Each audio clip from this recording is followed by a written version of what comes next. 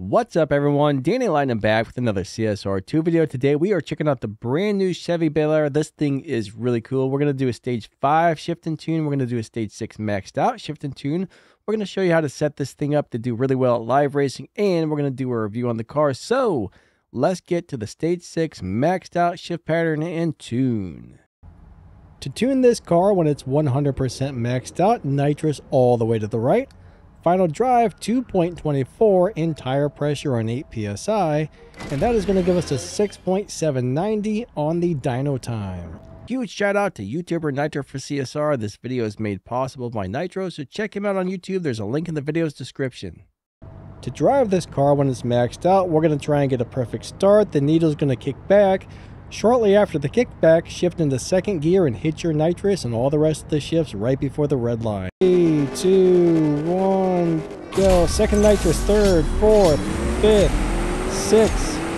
And that's all she wrote right there. That seems to be the fastest way to drive this one. And that gives us a 6.885. If you get your launch and shifts just right, you might get into the 6.7s, and it will get close to the dyno time, but it's not going to be a big dyno beater. So let's go ahead and fit this thing to stage 5 and do a stage 5 shift and tune. So when you have all the stage 5 parts installed with all of the fusion parts, we're going to tune it exactly the same, which is quite interesting. Nitrous all the way to the right. Final drive 2.24, and our tire pressure is on 8 psi. That will give us an 8.225 on the dyno, and we still have 2321 on the Evo points, which is awesome. To drive it on stage 5, we're going to let go of the gas right about number 1, maybe a little bit after. Right after you launch, shift into second, shortly after shift into third, and hit your nitrous. 3, 2, 1, go. Second, third nitrous, fourth, fifth, sixth, and the car does not seem to get the needle kickback on this particular setup. There we got an 8.332. The last run was 8.320, so I'm consistently running 8.3s, which is not beating the dyno time.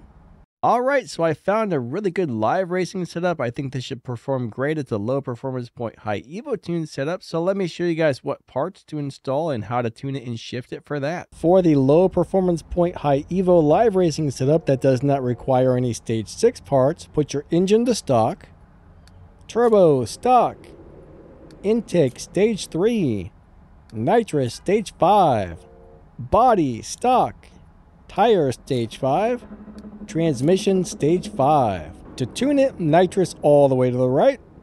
Final drive 3.44, and tire pressure on 8 psi.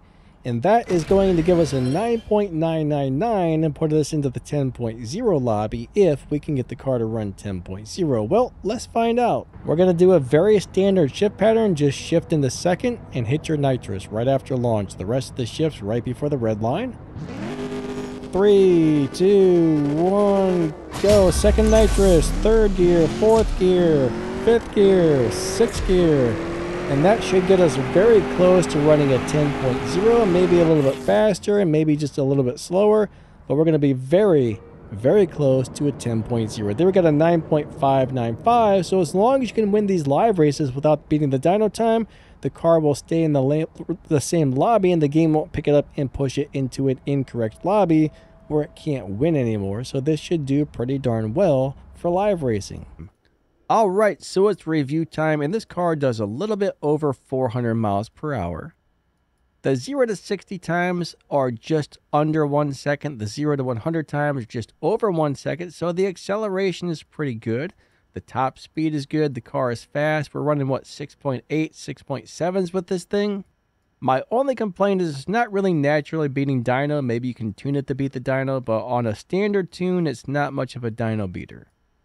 Now, it does have a really nice live racing setup, which should win a lot. And I mean a lot of live races, so it does have that going for it. That's the one thing I really, really like about it. So it's fast, good top speed, good acceleration. Should be able to win some live races, but doesn't really beat dyno a lot.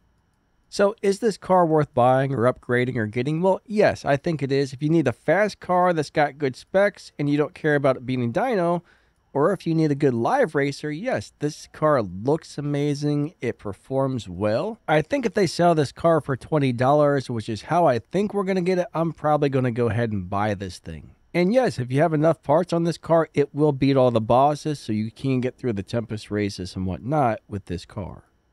In just a second, some more videos you might be interested in are about to pop up on the screen. Thank you to all the awesome channel members and everybody who watches my videos. I really appreciate the support. If you would like to become a channel member and help this channel keep running and bring you awesome content, click the join button down below the video. Or if you drop down the video's description, you'll find some other ways to help support this channel, some game news, my other YouTube channels, my Discord server, affiliate links to some audio plugins, and some really awesome gear. Thank you so much for watching. I appreciate each and every one of you a lot. Lightning out. Have a great day. See ya.